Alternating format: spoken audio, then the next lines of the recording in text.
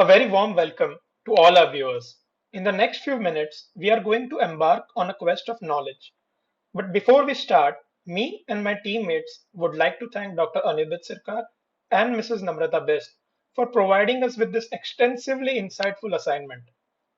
So today, we are going to discuss Erdmp of a city gas station. Starting from some key definitions, we will cover every aspect of emergency response and disaster management plan for a city gas station. So let's begin. Hello, my name is Ambalya Ketan, roll number 70BP001. So here is some important definition terms as per the EIDMP regulation 2010 by the PNGRB. So first is the emergency. Emergency means a situation or scenario which has a potential to damage to a person, environment, or to a damage to a property, and which tends to cause damage inside and outside of the premises. Then the hazard. Hazard means an event related to a property of substance or chemical with a potential for the human injury and damage to a environment and damage to a property. And third is the incident. Incident means an unplanned or unintended or intended event having a potential to cause damage to a life and property or environment. Then the fourth is the risk assessment. Risk assessment means the quantitative evaluation of likelihood of undesirable events and the likelihood of harm and damage being caused by the undesirable events. Then point number three is the classification of the emergency. So emergency has been developed to deal with the emergency situation. So ERDMP classified emergency into different level based on the response required. However, the actual classification will be done by the office in charge or his nominee as the information first become available on the site. So first level 1 emergency. So it is an emergency or incident which can be easily managed and contained within the site installation by available resources. It has a no impact outside the installation. Then the level 2 emergency, it can be safely managed or it it cannot be safely managed or contained within the installation by available resources and additional support is required. It has a potential to impact beyond the installation and is likely to damage environment, property, or the people. Level 3 emergency that could be a catastrophic and likely to affect the population, environment, and property inside and outside of the uh, installation. So the level 1 emergency is considered as a fire drill. Level 2 emergency is considered as on-site emergency, and level 3 emergency is considered as the off-site emergency. Now here the some potential emergencies are given. Uh, it can be happen at the city gas station, and some of the off-site emergencies are given. So level 1 emergency, there are the some of the level 1 emergency which can happen at the city gas station, which are minor leak from the flanges. It can be a minor fire arising out of heavier content from a filtered drainage. It can be a failure of a gasket resulting in failure. And then level 1 emergency at city gas station can be a pop-up of pressure safety valve resulting in leakage. Then the level 2 emergency at city gas station can be medium size leak from underground pipeline. Then failure caused due to a corrosion effect on inside and outside surface of the pipeline. Then the major leakage from pipeline caused due to external sources. And then it can be due to a failure caused due to the pipeline material defected, and the level 3 emergency, which is off-site emergency, it can be due to a forced entry of external people. Then it can be due to a sum of the natural calamities like earthquake, floods, and it can be due to a bomb threat and the explosion. Now the remaining is my friend will continue. Now we are going to discuss emergency prevention and mitigation. The Emergency Response and Disaster Management Plan is prepared as per the guidelines from Petroleum and Natural Gas Regulatory Board (PNGRB), New Delhi, and as per the Codes of Practices for Emergency Response and Disaster Management Plan (Erdmp) regulations. Emergency preventing measures and procedures are: health, safety, and environment policy is available with the plant. Proper layout and inter-facility distances, that is, the layout should not have any crisscross movement of men and materials. Safety audit have been carried out yearly by outside agency, and internal routine safety audit at the plant is carried out daily by the safety officer or the manager of the plant and the department staff, while monthly audit is carried out by multidisciplinary teams. Early warning alarm system is in the installation, especially in the vicinity of the storage tanks, filling tanks, delivery points, and along the periphery, with the indication in the central control rooms in built safety interlock systems in design, such as safety relief valves and thermal safety valves. Drill for visitors, including assembly procedure and escape route. Do's and don'ts, written instructions before entry. All standby equipments are operated periodically and checked as per the specified schedule. Warning system, first aid, and definitive treatment methods, evacuation procedures are tested periodically. General precautions are to be followed to prevent the accident in the plant, like maintaining good housekeeping, checking for loose wires, etc. Regulation towards fire prevention, like ban on carrying substances with potential of ignition, ban on smoking, and use of fire arrests can be used. There shall be a system for ensuring compliance to the provision of these regulations through developing a well-defined Erdmp and construction of mock drills and safety audits during construction, commissioning, and operating phase, as well as on going basis. Basic requirements for Erdmp for mitigation as per Schedule 3 of PNGRB regulations are: location plan of the installation indicating sitting of the installation at neighboring details up to a distance of 2 km from installation in each direction. Each plan of installation showing a complete layout of the installation indicating boundary wells, exits, and entry gates, and the location of various facilities. Layout of firefighting system. Line block diagram of manufacturing process and process flow diagrams of each units.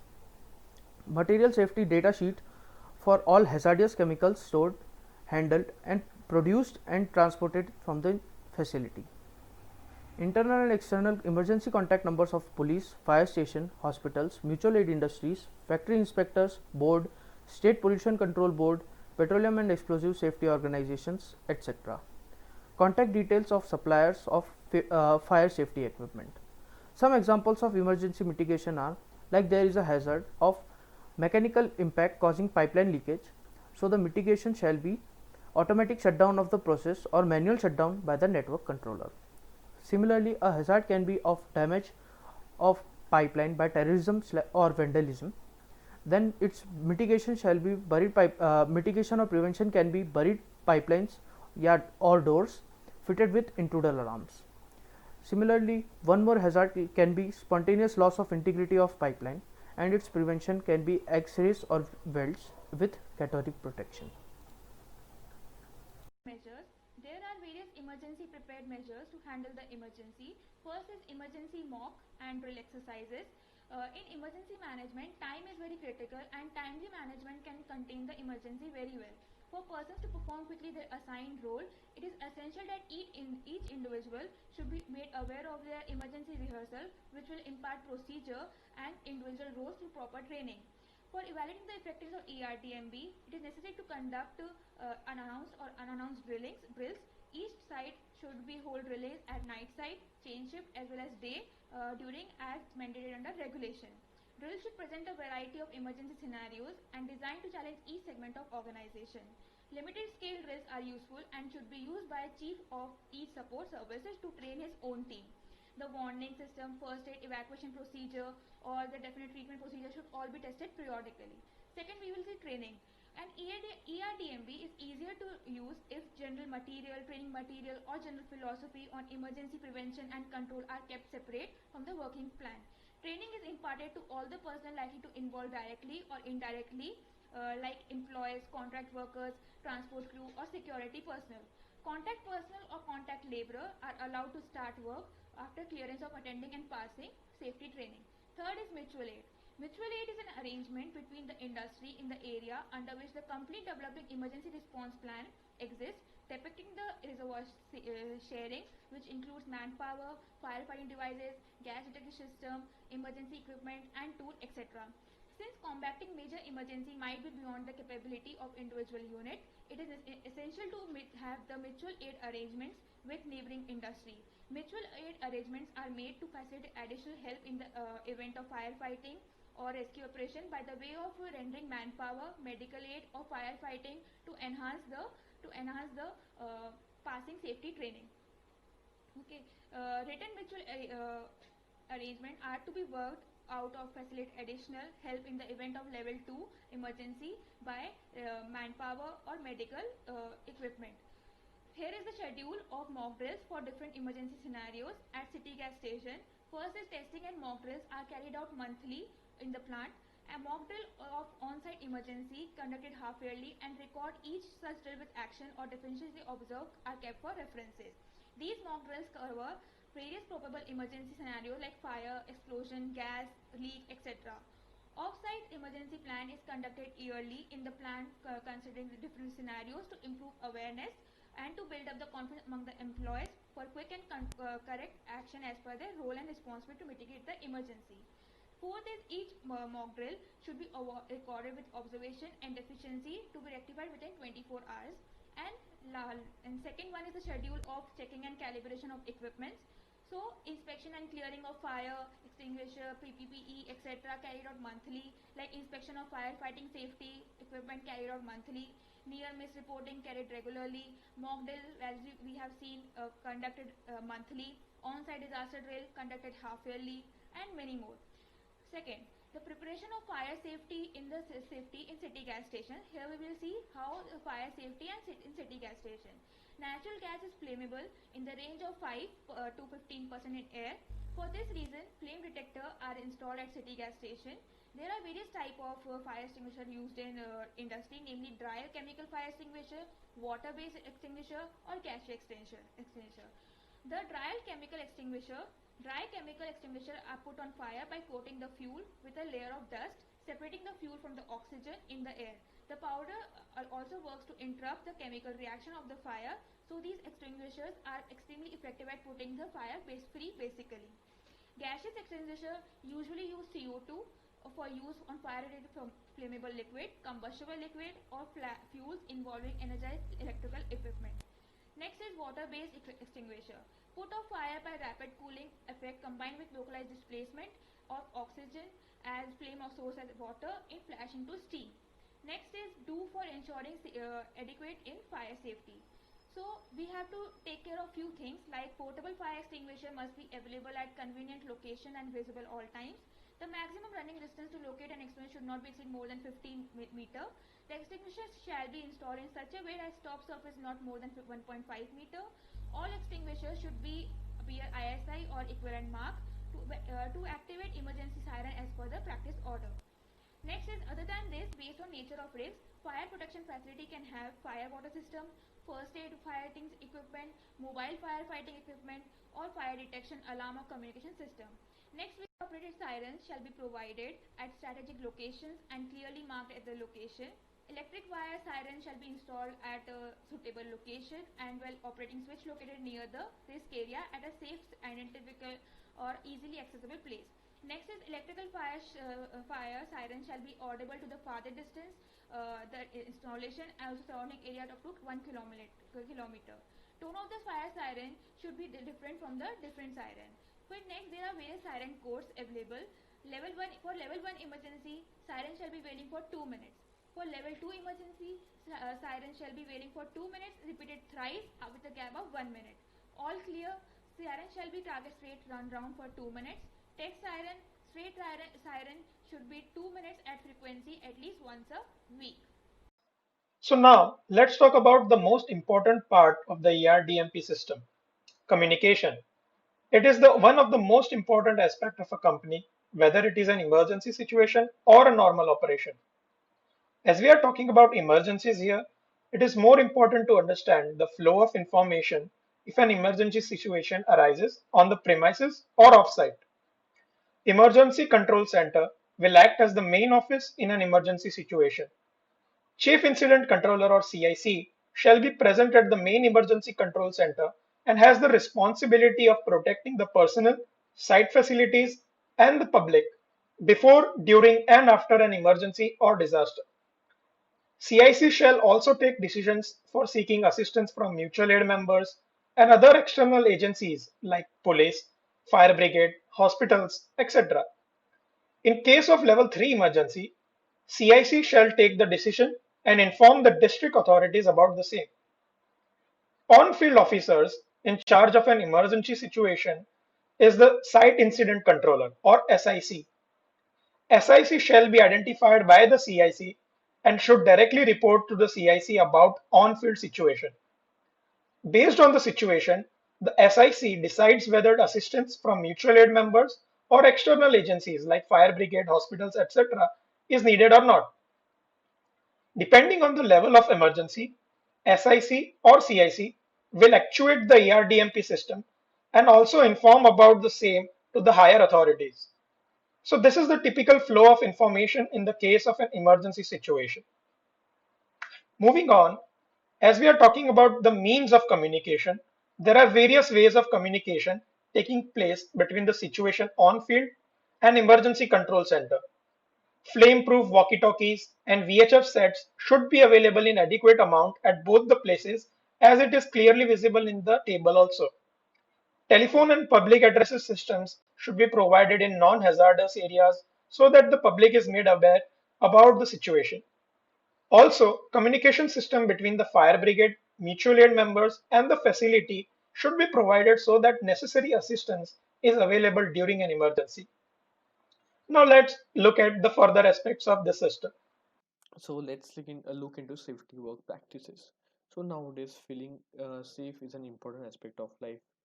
To the end, society has developed procedures for almost everything we do, especially in the field of a workspace safety.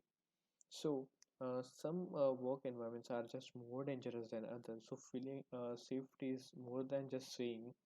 So, for example, CNG station is a station where a small mistake can lead to hazardous consequences. So, I will tell you about some top safety guidelines that employees should look while who are working in hazardous condition. So, first look into safety work permit. A safety work permit is a permit that is written that authorizes a specific work at a specific location in a specific period of time. Permits are used for controlling and coordinating work to establish maintain safe work conditions. So three documents are there in safety work practices. First is hot work permit. Hot work permit is a doc permit issued by an fire marshal. This is required for a permission which may result in fire. Second is cold work permit. Cold work permit is a document uh, is an used in hazardous maintenance work which does not involve a hot work. It does not involve a hot work. So a third one is confined space entry permit. It is a form of safety work permit regulating entry into pits, vessels, and tanks. So safety work permit should be reviewed and signed by a professional such as safety representatives, the local work area managers, and the workers supervisors. Now let's look into personal protective equipment. So special protection must be clearly indicated and communicated to workers and their supervision. Some safety equipments for different body parts are are there. For example, for eyes we have to wear safety goggles and safety spectacles, while for head we have to wear a fire helmet or any kind of helmet to protect our head. Moreover, for our body parts, we have to wear fire retardant suits to protect us, to protect one from a fire, or vest. And moreover, for face, we have to wear face mask.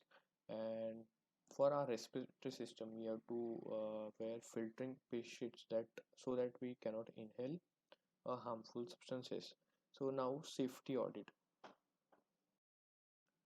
A safety audit is a general term used to describe an activity where a facility gathers info about one or more aspects of the workplace in order to evaluate the risk level for health or safety issues. When done properly, a safety audit will help determine if a company's day-to-day activities are in conformity with their safety efforts. A safety audit can be used as a part of the process in the creation of a full work safety plans for a particular facility. So yeah, that's it. So now let's talk about the infrastructure for emergency.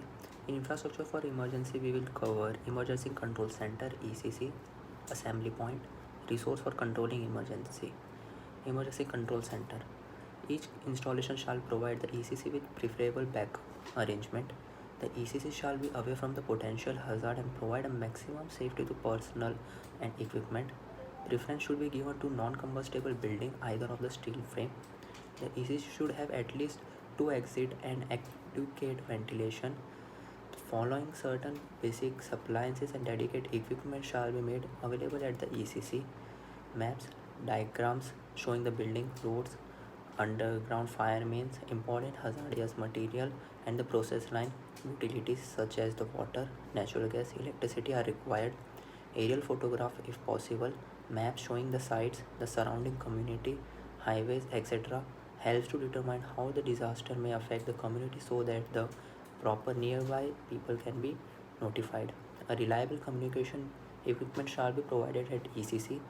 Two-way radio equipment shall be provided in the case of the communication failure. All the ECC should have emergency lights so that the operation can continue in the event of the power failure. Assembly point. Assembly point is a pre-designated area in a safe zone as a quantitative risk assessment. Depending on the location of the emergency, the assembly point can vary. For each potential hazardous zone, a specific assembly point shall be identified and clearly marked on the zone or the area of the map. The assembly point should be clearly marked with a directional display on the board along the routes. The provisional shall be made for the assignment assembly point. Communication and head counts facility should be there. The route should be well lighted with fluorescent markings. Now let's talk about the resources for emergency control. To meet all the possible emergency, installation has been provided a number of systems to resource based on the risk level as identified above, in addition to requirement under the Factory Act of 1948. The installation shall also provide the resource such as the equipments, personal technology and expertise, etc. provide the respected government under the different conditions. This shall this section shall also identify the sources of local assistance, including the telephone number and the names of the contacts such as fire department, police, municipal corporation, hospital, doctors, surface transport facilities, safety and monitoring equipment suppliers, cleanup services, and etc. Hello. So now coming to the response plan, one of the reasons for preparation of emergency response and disaster management plan is to formulate a response plan if in case there is an emergency situation both on-site and off-site. As stated earlier, there were various scenarios at Citygate station which may result in an emergency situation. Emergencies can be due to operational failures which can be controlled, and secondly due to natural calamities which are out of the control of the personnel on site. The most common one at the Citygate station is the leakage from pipe and pipeline rupture. There are many reasons, but the common reason being corrosion of pipeline with time, which damages the integrity of the pipeline. Also sometimes, third-party involvement such as digging and trenching team may damage the pipeline unintentionally, resulting in leakage. As a consequence, there can be natural gas leakage which may result in fire if proper control is not taken. To prevent any serious emergency situation, ignition of hydrocarbon should be prevented using fire extinguishers as mentioned earlier. The same should be communicated with the higher authorities for additional support if required. Another emergency situation which may arise is vapor cloud explosion. It results from gas leakage from pipeline carrying natural gas. As it is lighter in nature, it rises up and forms a hydrocarbon cloud. If ignition conditions are present, it may result in fire. Also, if it happens in a confined space, as in the case of city gate station, it may generate overpressure wave resulting in fatal accidents and equipment damage. Another emergency which are not under control of personnel are one due to natural calamities. The one common situation are as far as CGS is concerned is flooding and earthquakes. As these are not under control, no specific guidelines are formulated and totally depends on the situation. However, there are certain do's and don'ts which we need to follow during the situation. In case of flooding, care should be taken of the evacuated and hurt people. Emergency health advice should be given to the employees. Gas supply through CGS should be stopped if necessary. If flooding water damages the integrity of pipeline, controlling fire and leakage should be given priority. If it is not possible, personnel should try and minimize the impact on the surrounding environment. In case of earthquake scenario, gas leakage from CGS would become difficult. If it ignites, handling fire would even become more difficult as on-site firefighting services would be rendered non-functional. Earthquakes can damage the integrity of pipeline both above and below the ground. It can also stop electricity and water supply. Apart from that, it can also damage the alarm and the communication system. Keeping all the scenarios in mind, a disaster management plan for earthquake is made. Under this plan, all the employees should be trained to prepare other family members to respond to the earthquake situation. Backup communication system should be ready when required. Also, pre-planning of the mobilizing of firefighting equipment at other facilities should be done. As an individual, to ensure maximum safety, there are certain do's and don'ts. One should ensure moving to a safe place nearby. If one cannot move, hiding under the furniture is the next best option. If you are near to the interior wall of the building, hold on to it. The most dangerous zone during the earthquake is the exterior wall of the building, so one should remain as far as possible from the exterior wall. If you are outdoors, finding a clear spot far away from buildings, trees, or power lines is the best option. Once the situation retreats, personnel should check for damage of gas connection and electricity and try to resolve the issues. So, these are the response plans for common emergencies that can be faced at the city gate stations. Evacuation and sheltering. Evacuation is organized, paced, and supervised withdrawal, dispersal, or removal of civilization from dangerous or potentially dangerous areas and their receptions and care safe areas. The goal of the evacuation is to move as few people as needed the shortest distance to safety. Zone-based evacuation plans can be most effective in meeting this goal. In sheltering, the use of a structure to temporarily separate individual from the hazards or threat. And in sheltering and evacuation strategies aim to prevent or minimize population exposure to an airborne hazards and its consequences. And the three broad areas are relevant when this considering exposure. These are first environmental dispersion, which determines outdoor and exposure. Second is the relationship between outdoor and indoor exposure, and third is the effect of exposure on people's health. And when this evacuation require the emergency situation caused by flood, hurricanes, tornado, fire, vapor cloud explosion, terrorist attack, workplace violence, or any situation which may process danger to life of employees may require evacuation from the facility. And the CIC, the Chief Incident Controller, will order the evacuation of premises once he convinced the situation is requiring evacuation. And if he is absent, then the who is designated will take the call of evacuation of premises and inform the higher authorities as per Erdmp. And how to alert the evacuation? The fire siren sound at level 2, and when the people start gathering at assembly point, evacuation will be declared at the assembly point by evacuation declared security authority. And what to do when evacuation is ordered? First, leave the premises from the nearest emergency exit. Second, while going towards the emergency exit, all will shout, leave the station, leave the station. And if anybody is seen working inside the facility will also taken away by the person getting evacuated. And third is public awareness system will be used to alert all the persons if possible. Through search will be done by rescue team to ensure that everybody has left at the station premises. Assemble outside the emergency exit and count the number of employees. Check if anybody is missing. If missing, then try to find him and evacuate him, taking due to care of self safety. And extend help to victims, injured persons, disabled person to exist the emergency exist. Operating system should shut down all the operations before evacuating. And the last is do not spread rumors. Next, we are going to talk about information to public. Public information and warning is one of the most important capabilities in emergency preparedness, as it helps mitigating the risks, supports implementation of protective measures, and contributes to minimizing negative mental health impacts of disasters. In level 3 emergencies, the population nearby the installation is most likely to get affected, and to avoid this major impact on general public, it is very important to take few preventive measures, such as first is safety measures to be taken should be available to general public, and display boards carrying do's and don'ts prepared and furnished by crisis management group should be located in the neighboring colonies and also in other habitat areas in the immediate vicinity.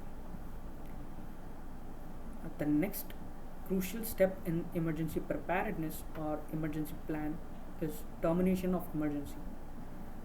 The emergency plan should outline the procedures and responsibilities for terminating an emergency, and these should be considered in terms of the return of control to the facility emergency controller by emergency services, and the declaration by the facility emergency controller that the emergency has been terminated.